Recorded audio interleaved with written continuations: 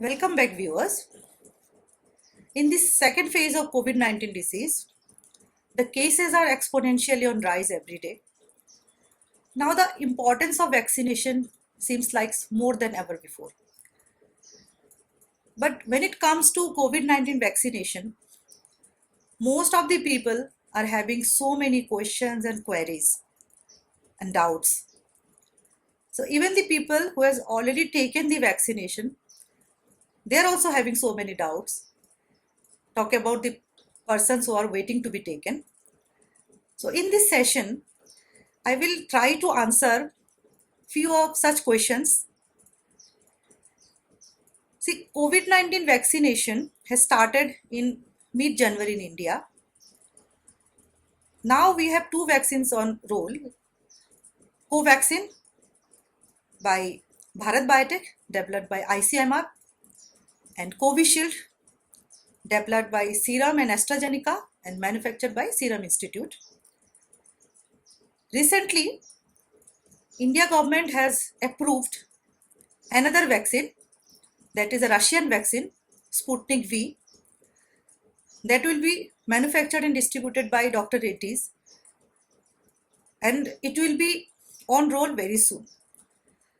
So now we have three choices as far as in India: Covaxin, Covishield and Sputnik V. When the vaccination drive first started on January, everybody was asking the same question to each other: should I take it or should not? The first phase was for the health workers and the high risk group people. So most of the health workers, as they are on high risk of getting and transmitting the disease, for their safety and their family safety, they have already taken the vaccines. Now second phase started from 1st of March. It was initially for people 60 and 60 above. Then it has been relaxed for people 45 and above. Now as the common people are taking the vaccines, the most common question: should I take it or should not take it? Now it is replaced by another question: why should I take it? What is the benefit? What are the risks? So here, all these questions need to be answered so that confusions can be cleared as much as possible. So let's start with the video. So the first question, whether to take COVID vaccine or not. You see, till now, more than 100 million people in India has already taken the vaccine. That means the resistance or the hesitation has somehow converted to acceptance. So people are ready to take the vaccine, they're taking it. Now after that, the second question comes: is it worthy to take the COVID vaccine? Is it worthy to take the risk compared to the benefit of taking the vaccine? Now if you talk about the worthiness or the benefits, obviously vaccination has its benefit.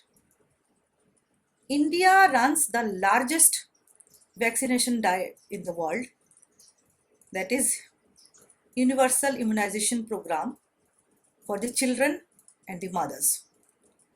As a child, we all have taken vaccines that is under the universal immunization program of Government of India. And because of that, we are protected from so many diseases. So the question of vaccination, especially that comes with the COVID, is that people are very much doubtful about the safety. Why they are doubtful about the safety? Because the trial was for a shorter period, and looking into the emergency condition, the governments, the approval body authorities has approved them in shortest possible time. So the question comes: is it worthy to take?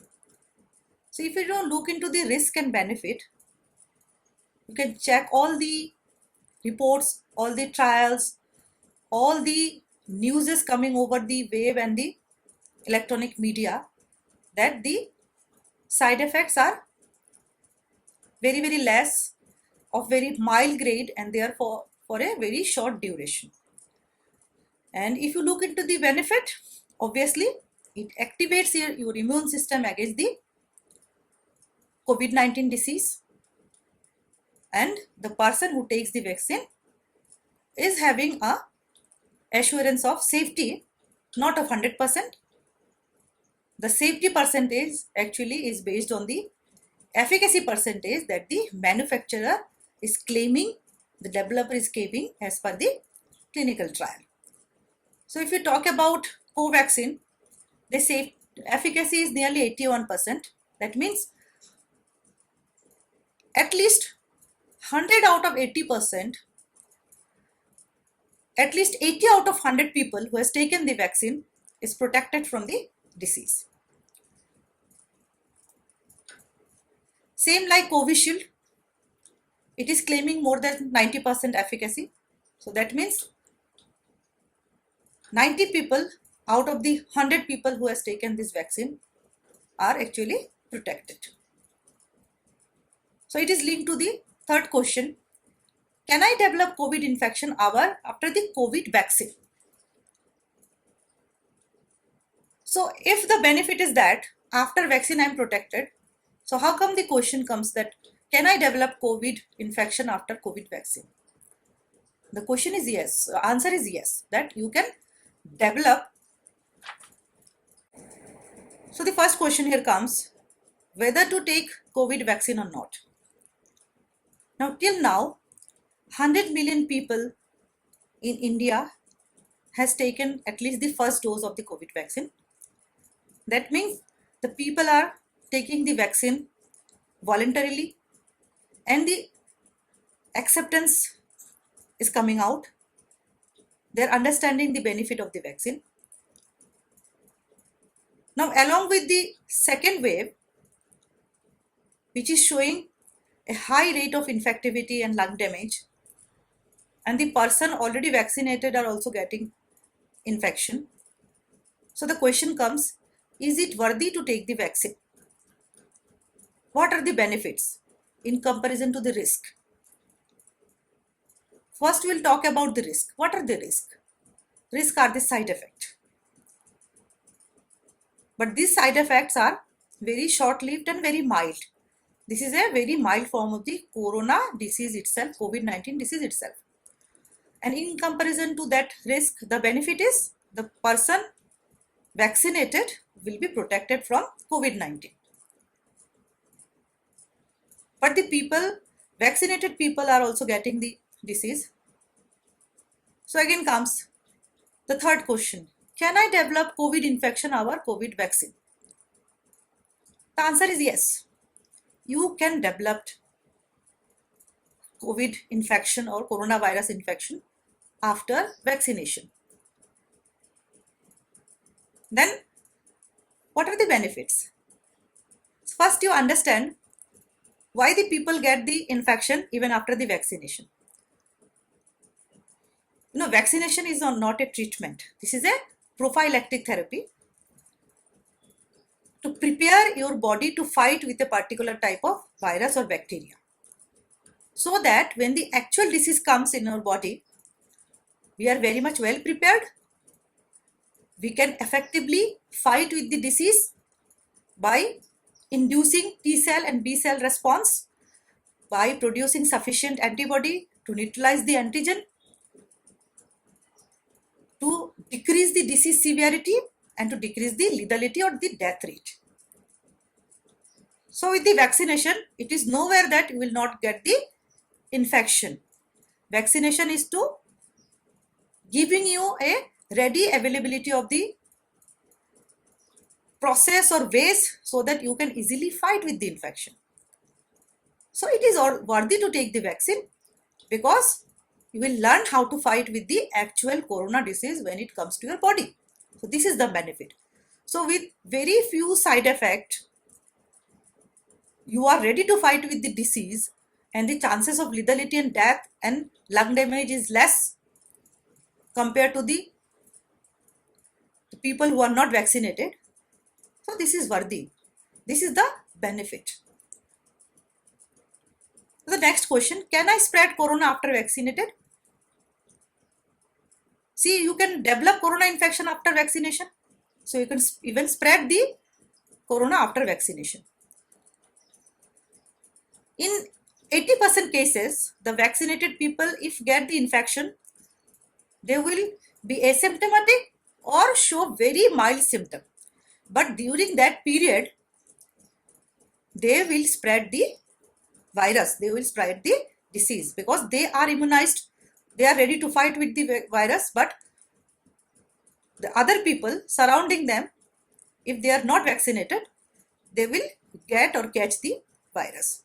So you can still spread the disease, spread the virus. So it is better to get the protection, wearing mask, and also practicing sanitization and hand wash.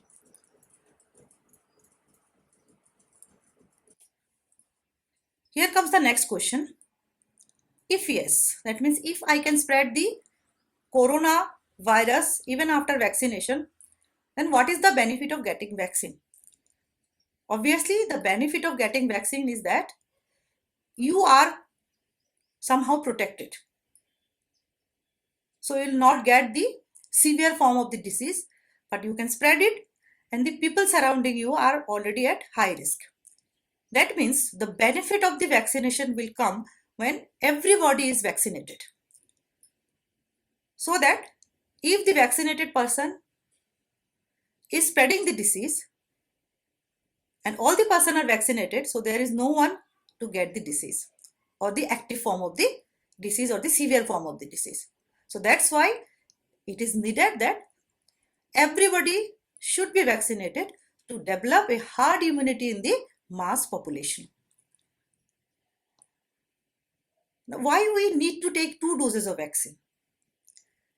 See, all the brands of vaccine like Covishield, Covaxin, AstraZeneca vaccine, Pfizer, Moderna, Novavax, Sputnik V, all are giving 2 doses except Johnson & Johnson.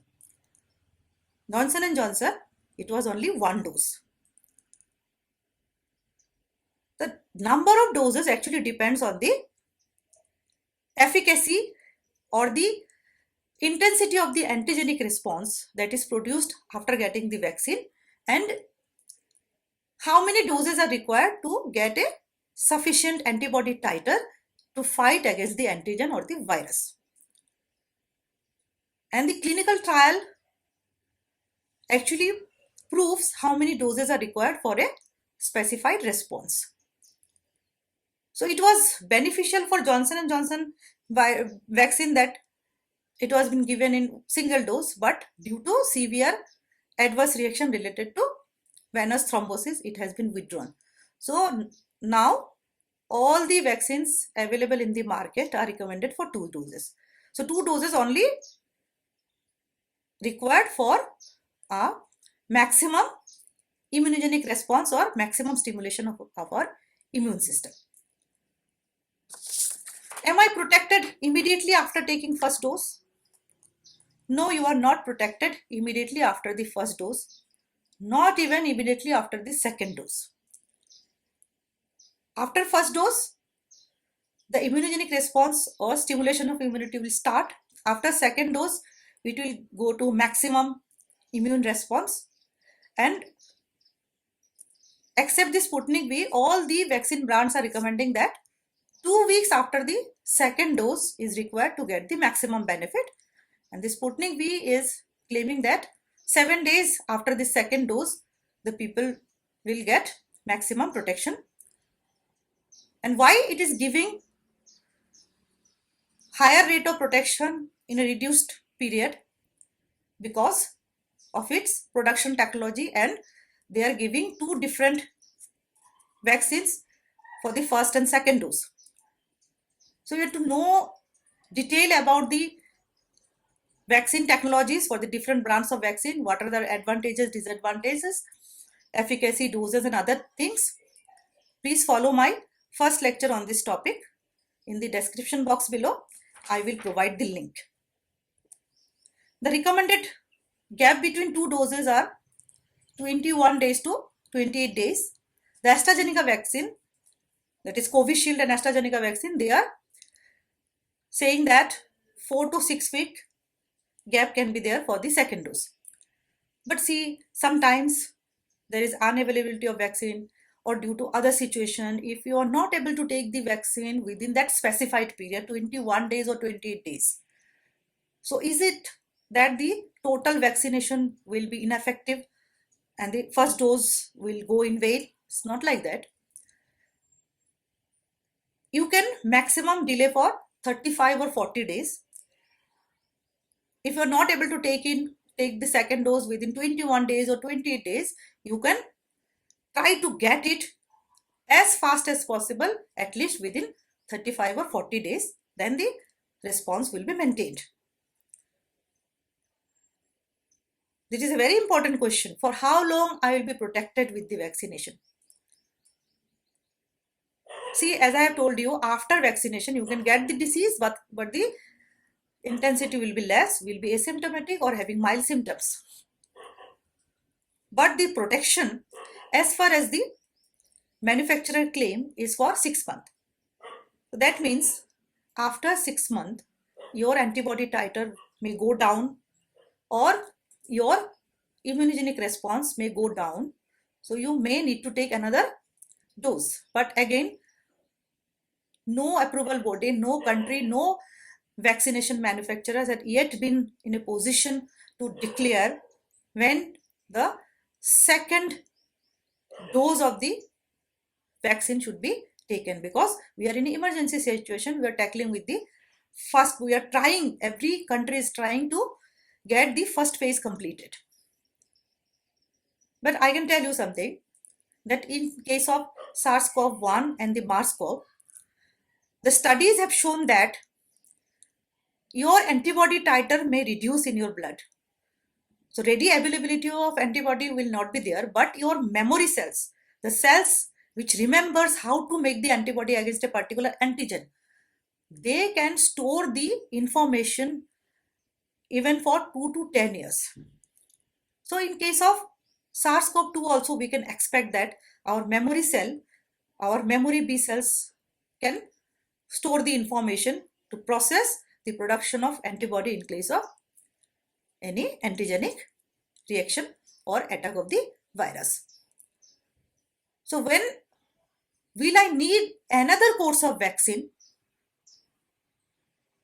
Theoretically, you may need it after 6 months or at least after 1 year, but now in a condition we should face the first phase of attack, then we'll think about the second phase. So at least for this season, for this year, we all should be protected by getting the vaccines. Do I need vaccine if I already had COVID? You had active COVID disease, that means you are naturally vaccinated. You have fight with the virus, your body has learned how to produce the antibody, you have a titer at least for 3 to 4 months or maybe 6 months.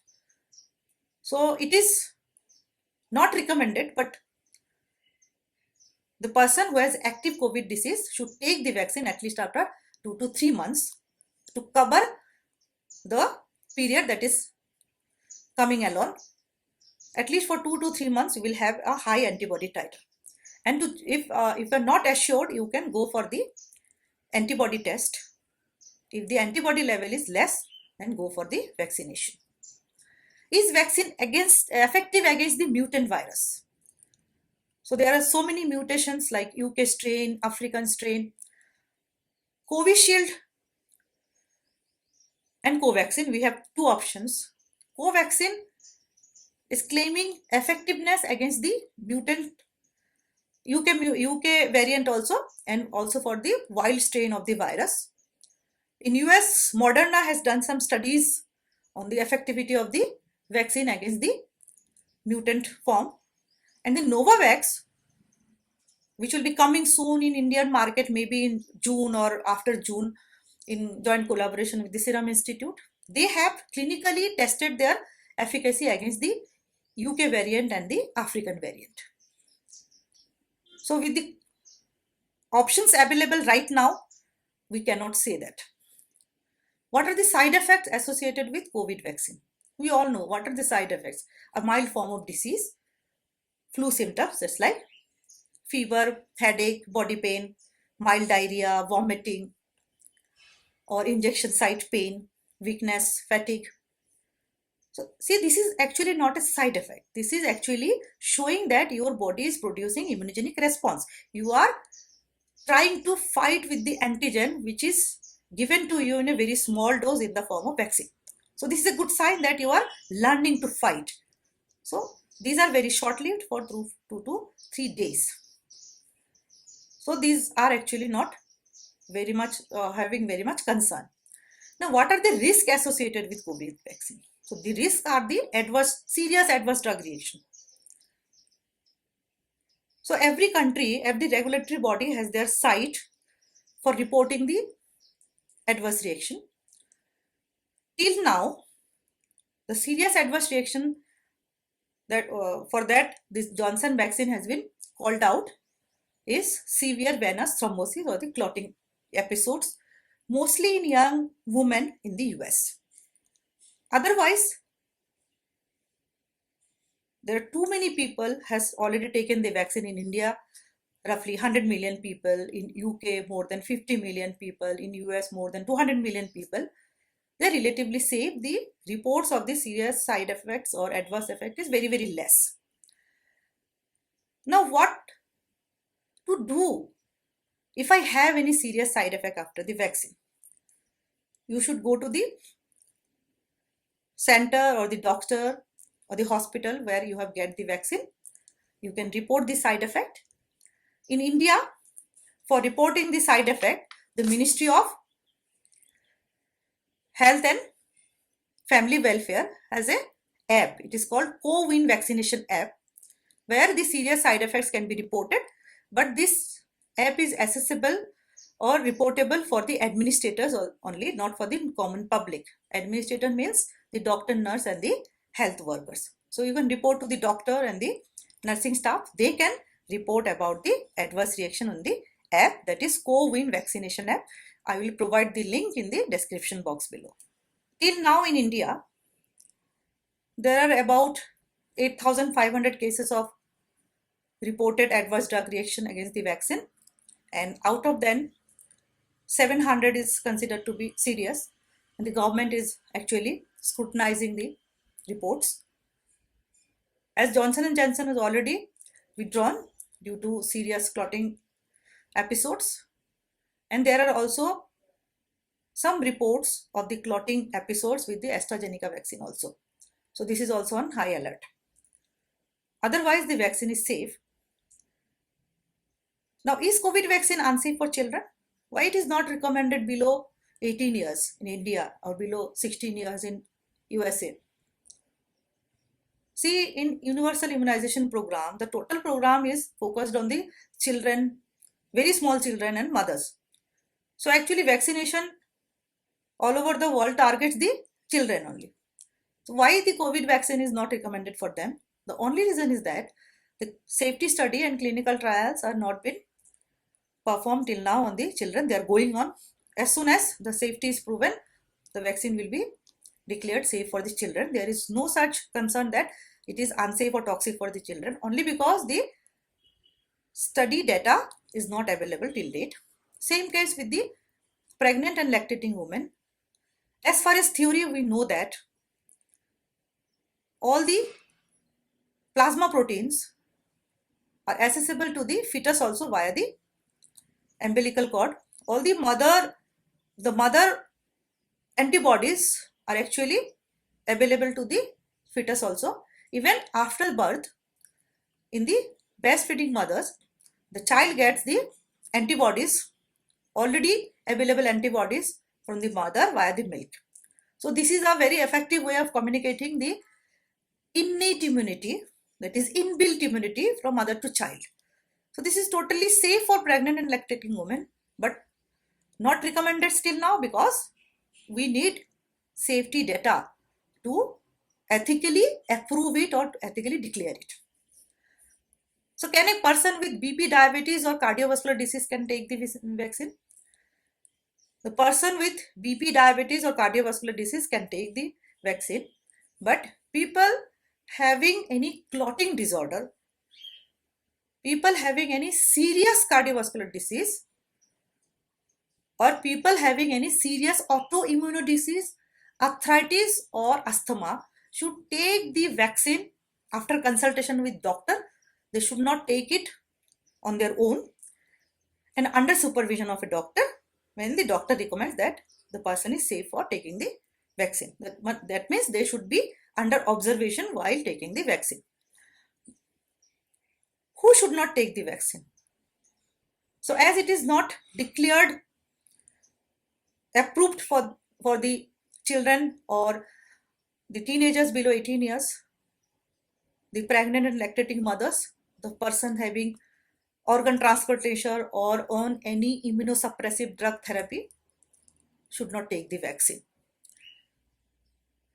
Who need direct supervision of doctor while taking the vaccine, as I've already told you, having severe cardiovascular complication, asthma, arthritis or any autoimmune diseases should be in direct supervision of a doctor while taking the vaccine.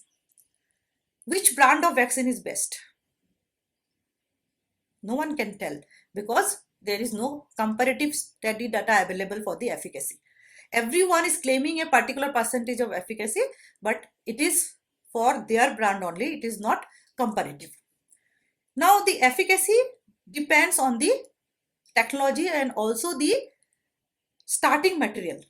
What technology they are using and what type of antigenic compound they are using on manufacturing of the vaccine.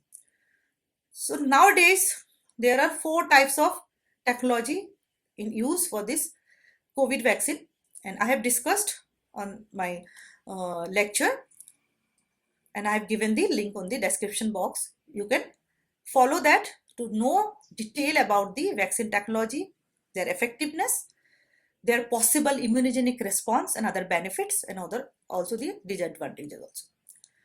So can I mix and match 2 different brands of vaccine? Still now in India, Covaxin and Covishield, it is totally not recommended to mix and match. That means you cannot take Covaxin as first dose, Covishield as second dose, or Covishield as first dose or Covaxin as second dose, because no data available for the combination effect or the adverse effect which may take place before due to this combination or mix and match. But this mix and match is actually happening in UK. The government is giving the mix and match vaccine in some cases, and the Oxford University, which has developed the AstraZeneca vaccine and also the Covishield, they are officially doing trial on mixing matching of the vaccine, like AstraZeneca with Moderna with Novavax. But all these vaccines are having the same technology, that is using the double strand DNA viral vector. Only the Covaxin is using the dead or killed microorganism. So this is a different technique. So in UK they are mix and matching, in US they are mix and matching with the same technology vaccine. And it is practically true that when you mix and match 2 brands, so they are using 2 different viral vectors, so immunogenic response will be much more better. Now what happens if you mix and match vaccines who are using 2 different technologies, like Covaxin or Covishield, Covaxin using the killed viruses and Covishield using the DNA viral vector? Theoretically, it will again produce much more amplified immune response, because you are trying to teach the immune system how to fight with the antigen or the virus in 2 different ways. So your armor will be much more better. But without studies, without the safety studies, we cannot say it. So these are the common questions which I have seen that people are asking each other surrounding me. So if you have any further questions, you can send me an email. My email is there in the description box and I'll try to answer them. Thanks a lot for watching this video. Stay safe, healthy and happy. Subscribe, share and like. Thank you very much. See you in next video.